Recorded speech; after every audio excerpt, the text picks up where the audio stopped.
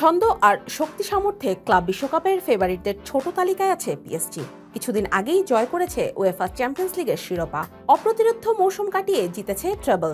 দারুণ ছন্দে থাকা এই দলই হারল যোজন যোজন পিছিয়ে থাকা ব্রাজিলীয় ক্লাব বতাফোগোর কাছে। ক্লাব বিশ্বকাপে এবার চমকপ্রদ ফল হয়েছে কয়েকটি ম্যাচেই, তবে সবচেয়ে বড় অঘটন ঘটল ক্যালিফোর্নিয়ার রোজ বল স্টেডিয়ামে। বি গ্রুপের ম্যাচে পিএসজিকে 1-0 গোলে হারিয়ে দিয়েছে বতাফোগো। ম্যাচের 36তম মিনিটে ভাগ্য গড়ে দেওয়া গোলটি করেন ব্রাজিলীয় ফরওয়ার্ড ইগো জেজুস। প্রথম ম্যাচে আতলেতিকো মাদ্রিদকে 4-0 গোলে হারানো পিএসজি মাঠে নামে জয়ের জন্যই। ম্যাচের প্রথম থেকে বল দখলে রেখে একচেটিয়া দাপট দেখায় ফরাসি ক্লাবটি। ম্যাচের 75% সময় বল তাদের দখলেই ছিল, তবে পিএসজির আক্রমণে খুব একটা ধার ছিল না।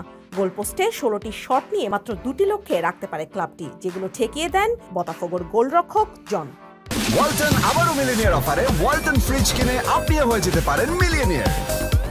মিলিনিয়ার ছড়াছড়ি দেশ জুড়ে, এটা শুধু ওয়ালটনই পারে। অন্যদিকে বতাফোগো পুরো ম্যাচে শট নেয় 4টি, যার সবগুলোই ছিল লক্ষ্যে। পিএসজির গোলরক্ষক জানলুইজি দোন্নারুমা 3টি ঠেকাতে পারেন, বাকি একটিতেই কাজের কাজ হয়ে যায়। এদিন ম্যাচের শুরু থেকেই একের পর এক আক্রমণ চালায় পিএসজি। প্রথম 5 মিনিটে 2বার গোল পোস্টে রক্ষা করেন জন। এরপর অবশ্য রক্ষণভাগ গুছিয়ে পিএসজির আক্রমণ ফেরাতে থাকে দলটি। এর মধ্যেই 36 মিনিটে গোল হজম করে বসে ফরাসি জায়ান্টরা। গোল খেয়ে আক্রমণের ঝড় বইয়ে দিতে থাকে পিএসজি, তবে কাঙ্ক্ষিত ফলের দেখা পায়নি লুইস এরিকের শিষ্যরা।